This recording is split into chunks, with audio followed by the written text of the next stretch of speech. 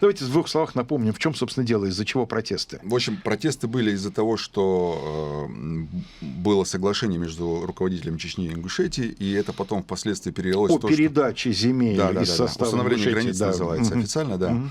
И, соответственно, в марте прошлого года был митинг, связанный с тем, что люди не согласились с изменением закона о референдуме, который предусматривал изменение существенных таких условий, статус республики и так далее, без участия людей, и люди вышли против этого, и, соответственно, случилось столкновение с правоохранительными органами.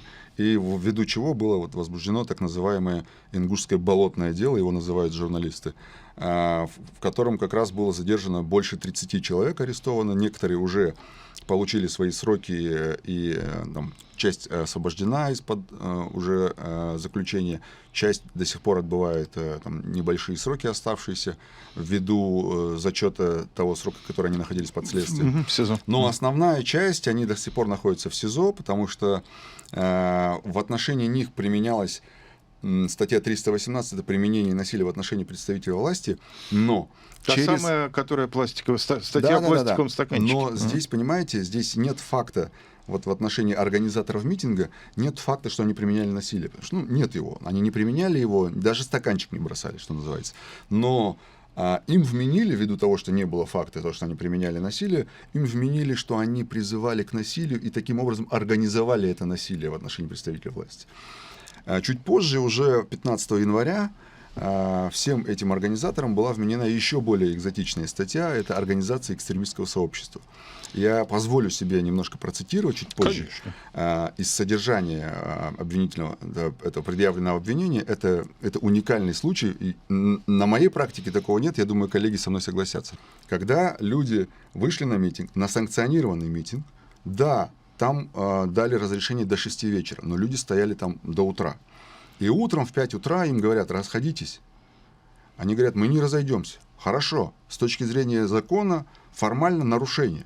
Но какое дает право такое нарушение власти подгонять Уралы и Уралами разгонять людей? Тем более причинять вред здоровью митингующим. Никакого права нет. И в этом заключается... Тем более, что, я так понимаю, никакой угрозы от этих стоящих людей не исходило. Это был вполне мирный протест. Абсолютно. Более того, практика показала, что люди там стояли 2 недели до этого без единого административного правонарушения. Даже административного. И тогда получается, что вот эти Уралы и разгон этих людей был незаконен. А, соответственно, если он был незаконен, то ответные действия митингующих были оправданы, но тогда нельзя применять 318-ю. И вот здесь, опять же, к сожалению, политический окрас дает свои плоды, и вопрос законности действий сотрудников полиции не рассматривается. И вот природа 318-й на митингах происходит именно от этого, потому что нет понимания, почему все-таки законные или незаконные действия сотрудника полиции в соответствии с 19.3 КоАП признаются по умолчанию законными. Ну, я уже понял, что политическая оценка сегодня — это мое дело. То есть я так понимаю, что в какой-то момент власть настолько озаботилась митинговым движением, что все, что из Уголовного кодекса, хотя бы теоретически, можно было подтянуть в эту сторону, туда подтянули. В частности, совершенно вот эту 318-ю статью. Но с экстремистским сообществом, мне кажется, еще большая натяжка. Там вообще интересно, я вам просто сейчас зачитаю. Ну, в общем, скажу вкратце, что такое. Да? Экстремистское сообщество — это, в общем, организованная группа лиц, которая совершает преступление экстремистской направленности, если говорить просто простым языком, чтобы наши слушатели понимали, не вдаваясь в терминологию Уголовного кодекса.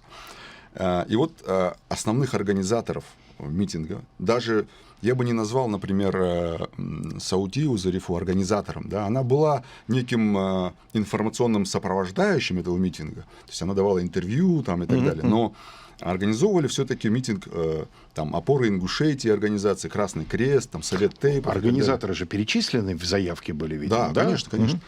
И вот как раз, возвращаясь к этому, я просто процитирую предъявленное обвинение, постановление о привлечении в качестве обвиняемого. Там характеристики экстремистского сообщества заключались, по мнению следствия, в следующем.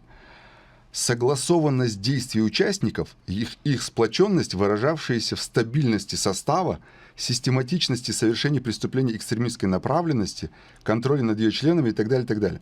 Формами и методами деятельности экстремистского сообщества являлись планирование, подготовка и организация массовых мероприятий, а также несанкционированных создание видеообращения неограниченному кругу лиц и распространение данных видео в сети интернет, которые побуждали граждан к совершению противоправных действий. Вот в чем заключается экстремизм, по мнению следствия, стариков, которым за 65 лет, которые всю свою жизнь ни разу не совершали преступления и вышли просто высказать свое мнение. Кстати говоря, здесь цитируется. То есть, собственно, все действия, которые вы перечислили, это абсолютно нормальные действия при осуществлении законного права на, так сказать, выражение своего мнения. 31-я статья Конституции. Один из арестованных по этому делу Барах Чемурзиев, который был руководителем опоры Ингушетии. Это опора России, отделение в Ингушетии. Опора Ингушетии. Он подавал заявку от имени опоры Ингушетии.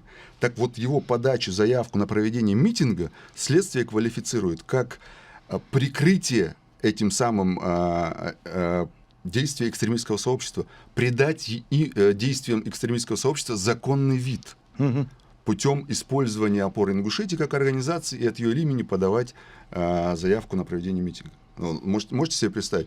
Самое интересное. Резко и негативно оценивая действия и решения властей республики, члены экстремистского сообщества открыто и цинично демонстрировали свою политическую вражду к главе республики.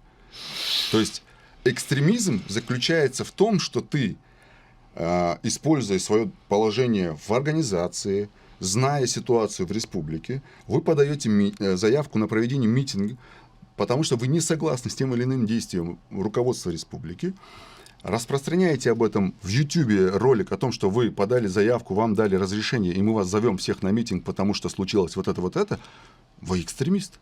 1,5 столетия назад Салтыков-Щедрин говорил о людях, которые путают понятие отечества и ваше превосходительство.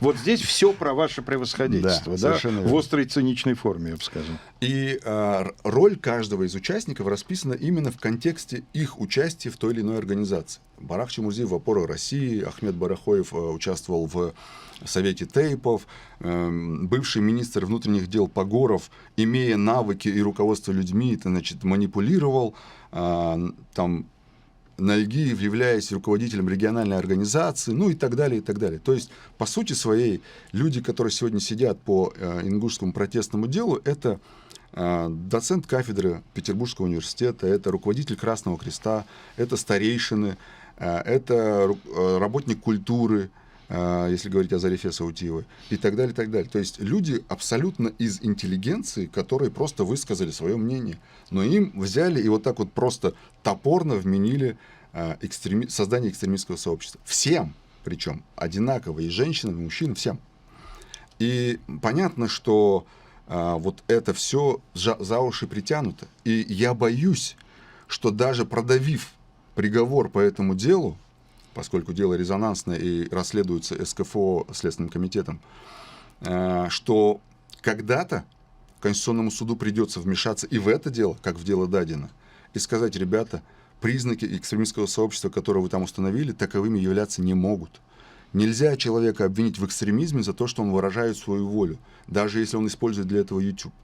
Так вот и получается, по всему тому, что вы процитировали из обвинительного заключения, что под экстремистской деятельностью понимается сама по себе активная жизненная политическая гражданская вот позиция. Об этом и речь, да. То есть другого здесь нет. Как ее можно проявить, не используя обращение к неустановленному числу граждан, там, так сказать... И еще очень интересный момент.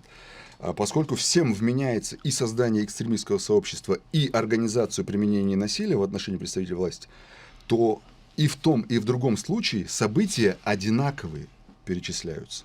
То есть вы сделали вот это, поэтому вы экстремисты, вы сделали вот это, поэтому вы организовали насилие в отношении представителей власти. То есть диспозиция одинаковая.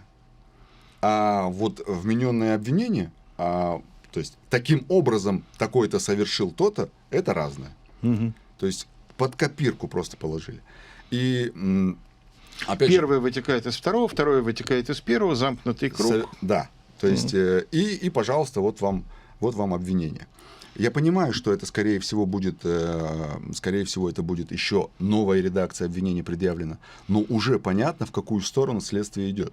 И понятно, что мы будем выполнять свою работу в этом деле, но в целом я считаю, что вот подобного рода вещи требуют вмешательства больше, чем даже по приговору Дадина или по приговору Котова. Потому что здесь, большое количество людей, здесь даже меньше доказательств создания экстремистского сообщества, чем в то, что Дадин совершил неоднократное нарушение установленных правил и так далее, и так далее. То есть я надеюсь, что сегодняшний наш разговор будет услышан принимающими решения людьми, и мы хоть как-то получим разъяснение тому, как это вообще. То есть как это бывает так, что ты просто проявляешь свою гражданскую позицию, а ты, оказывается, экстремист.